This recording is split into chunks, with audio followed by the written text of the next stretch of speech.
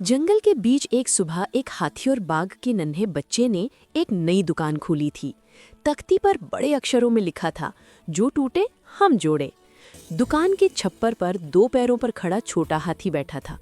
जैसे ही जानवरों ने दूर से नई दुकान देखी, वे उत्सुकता से भागते हुए वहां पहुंचे। सबसे पहले एक छोटी गिलहरी आई, अपने सिर पर एक छोटी लकड़ी की गाड़ी उठाए जिसका पहिया उतर गया था। उसके आसपास और भी जानवर खड़े होकर देख रहे थे कि नया दुकान वाला जोड़ी क्या करेगा। छोटा हाथी और नन्हा बाघ दुकान के अंदर बैठकर काम में लग गए। एक तरफ वे एक सुनहरी घंटी ठीक कर रहे थे। हाथी अपनी सूंड से घंटी संभालता और एक बड़ा औजार पकड़कर उसकी पिन कसता, जबकि नन्हा बाघ नीचे से घंटी को थामे छोटे छोटे पेंच कसता। घंटी को ठीक करने में बड़ी सावधानी लग रही थी, लेकिन दोनों ने मिलकर उसे फिर से चमकदार और मजबूत बना दिया।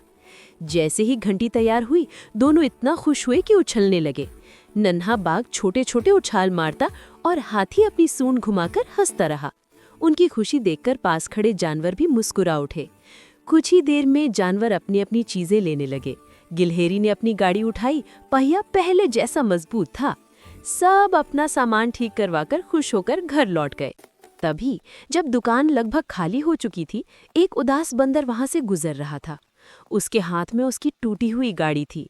वो इतना मायूस था कि शायद उसे लगा ही नहीं कि कोई उसकी मदद कर सकता है। छोटा हाथी और नन्हा बाघ उसे देखते ही समझ गए।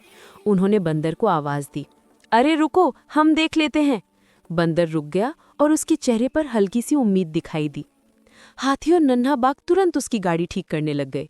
कभी पेंच कसते, कभी पहिया जोड़ते, कभी टूटे हिस्से को नए हिस्से से बदलते। थोड़ी देर बाद गाड़ी बिल्कुल नई जैसी दिखने लगी।